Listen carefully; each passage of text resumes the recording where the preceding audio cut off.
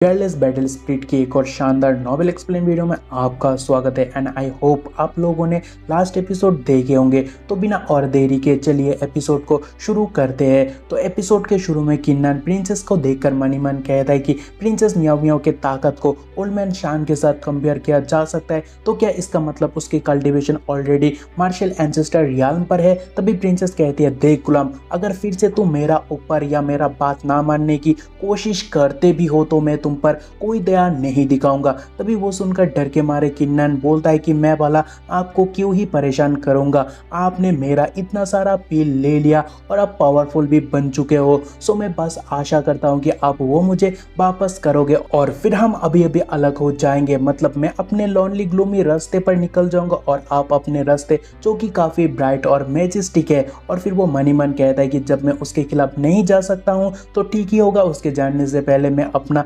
रास्ता ही बदल डालूं। लेकिन तभी प्रिंसेस गुस्सा होकर कहती है, क्या ऐसा एटीट्यूड एक गुलाम को शोभा देता है। और फिर आगे प्रिंसेस कहती है, हमारे जो ब्लड पैक्ट हुआ तुम्हारा ड्रॉप ऑफ ब्लड से, उसके चलते मैं तुमसे 100 मीलों तक दूर नहीं जा सकता हूँ, नहीं तो मैं तुम्हें छोड़कर कब का निकल गया होता। और जहाँ तक बात रही पिल की, सो वो गुलाम का कर्तव्य है अपने आका को देने का, लेकिन फिर भी तुम पिल वापस मांग रहे हो, जो कि मैं समझ सकती हूँ क्योंकि तुम पहली बार किसी का गुलाम बने हो। सो मैं इस बार तुम्हें माफ करता हूँ क्योंकि मैं काफी समझदार प्रिंसेस हूँ, लेकिन फिर से मैं इस गलती को सहन नहीं करूंगा। जो सुनकर किन्नन को जोर का झटका मिलता है और वो सोचता है कि क्या ब्लड फैक्ट फॉर्म हुआ है जो उसे मेरे से 100 मील जाने से रोक रहा है। सो इसका मतलब मुझे इस प्रिंसेस के साथ जिंदगी भर गुजरना होगा। सो इसका मतलब इस प्रिंसेस के साथ मुझे जिंदगी भर रहना होगा। और ऊपर से उसने मेरे सारे पील गटक लिया, फिर भी बोल रही है कि कोई बड़ी बात नहीं है, हद हो गया यार। और फिर वो प्रिंसेस को कहता है कि फिर मत जाओ। अभी प्रिंसेस कहती है, मैं जब अपना ह्यूमन फॉर्म प्राप्त कर लिया और भले ही मैं अभी भी कमजोर स्टेट में हूँ, लेकिन फिर भी अपनी पिछली स्टेज के कंपेयर में मैं अतुलनीय रूप से मजबूत हूँ। सो मैं आज देखूंगा एक मेयर 9th grade Hwarang martial spirit में कितना जान है। और फिर तुरंत प्रिंसेस हमला कर देता है, लेकिन तभी किन्नन के मार्शल स्पिरिट गजब का पावर रिलीज करता है, जिससे प्रिंसेस को काफी दिक्कत होती है। सो वो कहती है, आखिर ये किस तरीके का मार्शल स्पिरिट है जो 10th ग्रेड हुआंगरैंग का होके भी इतना प्रेशर रिलीज कर रहा है। जहां किन्नन कहता है कि तुम्हें सोचना नहीं चाहिए कि मैं कोई ऐसा वैसा हूं जिसे तुम जब चाहो तब बुली कर सकते हो। लेकिन प्रिंसेस कहते हैं, यप मैं मानता हूं तुम्हारा मार्शल स्पिरिट स्ट्रांग है, लेकिन उतना नहीं जो मुझे रोक सके। वो तो शुक्र है कि ब्लड पैक्ट मुझे उसे मारने नहीं दे रहा, नहीं तो मैं उसे कब का निगल जाता। और फिर प्रिंसेस आगे कहती है, हालांकि प्रिंसेस के गुलाम होने के नाते मैं तुम्हारा पील फ्री में नहीं लूंगी आपसे, और जबकि मैंने 10,000 मार्शल स्पिरिट पील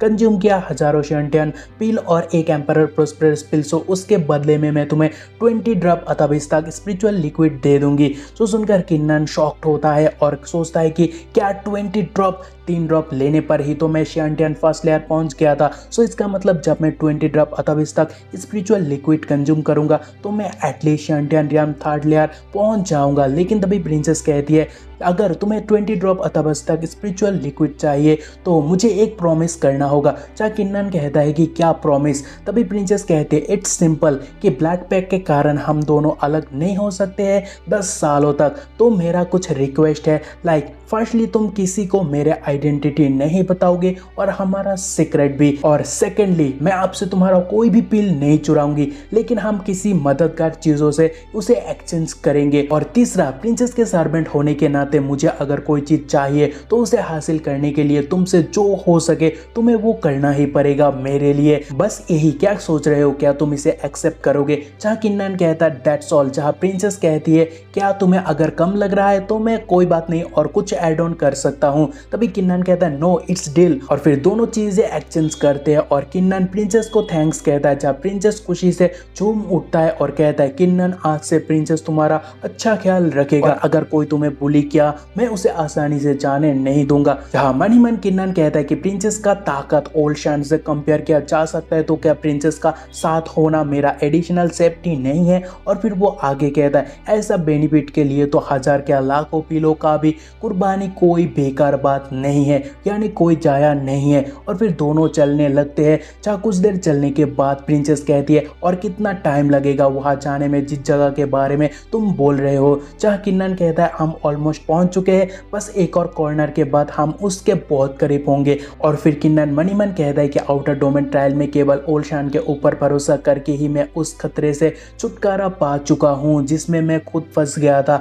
सो ऐसे में मेरे लिए अपना ग्रेटिट्यूड एक्सप्रेस करना जरूरी है। इसके अलावा मेरे कारण कल्टीवेशन है हाफ शांटियन रियल्म, लेकिन तब इस तक क्यूआई जो मेरे बॉडी के अंदर है वो पहले से ही शांटियन रियल्म थर्ड लेयर पर है। सो इसीलिए जो चल रहा है उसके बेहतर समझ के लिए मुझे उससे मदद लेनी ही होगी। और उससे भी ऊपर प्रिंसेस को एक न्यू आइडेंटिटी चाहिए ताकि मिस्टिक सेक्ट पर कोई भी परेशानी ना हो। और फिर दोनों वहां पहुंच जाते हैं। तभी अंदर से बहुत गुस्सा आने लगता है क्योंकि ओल्ड मैन कहता है किन्नन फाइनली तुम्हें यहाँ आने का टाइम मिल ही गया, तुम्हें पता भी है ओल्ड मैन ने तुम्हारे लिए कितना वेट किया। तभी किन्नन ओल्ड मैन शान को ग्रेट करता है। जहाँ ओल्ड मैन कहता है कि आखिर तुम इस लिटिल गर्ल को यहाँ साथ लेके क्यों आए हो। जो सुनकर प्रिंसेस भड़क जाती है और कहती है ओल्ड मैन अपने लिटिल गर्ल की से कहा अगर आप इसके भरपाई 5000 शांटियन पील से नहीं करोगे तो प्रिंसेस आपको कभी माफ नहीं करेगी। जहाँ ओल्ड मैन शान भी लाइक लिटिल गर्ल, अगर आप अपने वर्ड पर ध्यान दोगे तो उससे आपको काफी मदद मिलेगी। जहाँ प्रिंसेस एटीट्यूड के साथ कहती है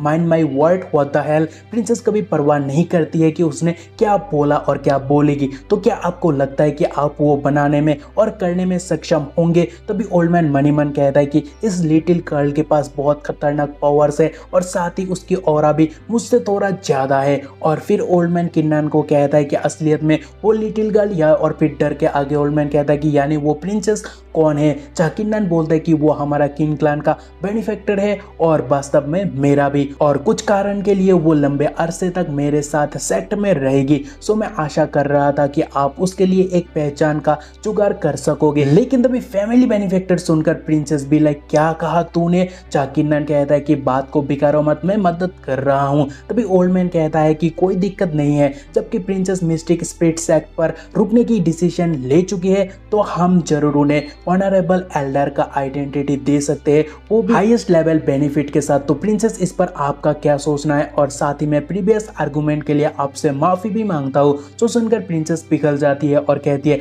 ओल्ड मैन आप बहुत ही क्यूट हो और इस प्रिंसेस का आग बहुत ही पावरफुल है। सो मैं देख सकती हूँ कि ओल्ड मैन कितना सेंसिबल है। और फिर प्रिंसेस कहती है यप आई एग्री, लेकिन मुझे बताओ कि मुझे क्या बेनिफिट मिलेगा, मंथली मुझे कितना पिल मिलने वाला है। जहाँ ओल्ड मैन कहता है कि तुम्हारा आइडेंटिटी सिर्फ लीडर और ग्रेट एल्डर के नीचे होगा, सो इसीलिए तुम्हें पिल को लेके किसी नोट का जरूरत नहीं पड़ेगा। सो तुम हजारों लाखों एम्परर पिल महीने में उठा सकते हो। जो सुनकर किन्नन बहुत शॉक्ड होता है और कहता है कि बिना कुछ करे हजारों लाखों एम्परर पिल, और वो भी हर महीना, क्या ये कुछ ज्यादा नहीं हो गया है। तभी प्रिंसेस ओल्ड मैन को कहती कि ओल्ड मैन डील एंड आपसे ये प्रिंसेस आपके सेक्ट की एक ऑनरेबल एल्डर होगी। तभी ओल्ड मैन किन्नन को एक और बैच देकर कहता है कि उसे मत तोड़ना। और फिर ओल्ड मैन किन्नन को पूछता है कि मुझे जानना है कि असलियत में तुम्हारा मार्शल स्पिरिट ग्रेड क्या है और तुमने नांगोंग चैंग को कैसे डिफीट किए हो। जहाँ किन्नन कहता है कि ओल्ड मैन उसके बारे में मैं आपको अभी नहीं बोल पाऊंगा, मैं उम्मीद करता हूँ कि आप मेरे बात को समझोगे। जहाँ तक बात रही नांगोंग के कि वो शांटियन सेकंड रियल्म पर था तो मैं उसे कैसे डिफीट किया। सो बात यह है कि मुझे अतवस्थक स्पिरिचुअल लिक्विड मिला जो मेरी क्यूआई अतवस्थक क्यू पर बदल गया और उसे कंज्यूम करने के बाद सो मैं इसीलिए यहाँ आया था कि मुझे आपसे इसके बारे में कुछ जानने को मिले। तभी ओल्ड मैन कहता है कि अच्छा तो वो अतवस्थक क्यूआई था और तुम अभी एक अतवस्थक कल्टीवेटर हो। और फिर ओल्ड मैन कहता है कि अतवस्थक कल्टीवेशन बाकियों से बहुत अलग है और बाकी कल्टीवेटर के आंखों में अतवस्थक कल्टीवेटर हमेशा हाफ शांटियन रियल्म पर ही होता है। इसके अलावा मैं बोल सकता हूँ कि जब तुम्हारे शरीर के क्यूआई 10th लेयर शांटियन रियल्म पर पहुंच जाएगा तो तुम बैरियर तोड़ के मार्शल एम्परर बन पाओगे। और फिर ओल्ड मैन कहता है कि किन्नन मेरे लीडर भाई को तुमसे बहुत ज्यादा उम्मीद है, इसीलिए मैं तुम्हें याद दिला दूं कि हालांकि अतवस्थक क्यूआई कल्टीवेशन को बहुत जल्द करने में मदद करती है, फिर भी तुम्हें तैयार रहना होगा क्योंकि मार्शल एम्परर रियल में उस बाधा को तोड़ने की कठिनाई आम कल्टीवेटर के तुलना में 3 गुना अधिक कठिनाई होगी। और मिस्टिक स्पिरिट सेक्ट के कई डिसाइपल ने स्पीडी रिस्पॉन्स के लिए इसे चुना, लेकिन पिछले 10 सालों में सबको सिर्फ नाकामयाबी ही हासिल हुआ है और यहाँ तक जीनियस को भी। यही कारण है कि मैं तुमसे कह रहा हूँ कि तुम्हें अपने आप को मेंटली प्रिपेयर्ड करना होगा तभी किन्नर सोचता है कि तो अथाबेस्ता कल्टीवेटर के लिए मार्शल एम्पायर रियल बेरियर को तोड़ना बहुत ज़्यादा डिफिकल्ट है। फिर भी उस टाइम के दौरान मुझे डिवाइन स्पिरिट बैटल से शुआन रैंक तक बढ़ने में सक्षम होना चाहिए, है ना, चाहे ये एपिसोड खत्म होता है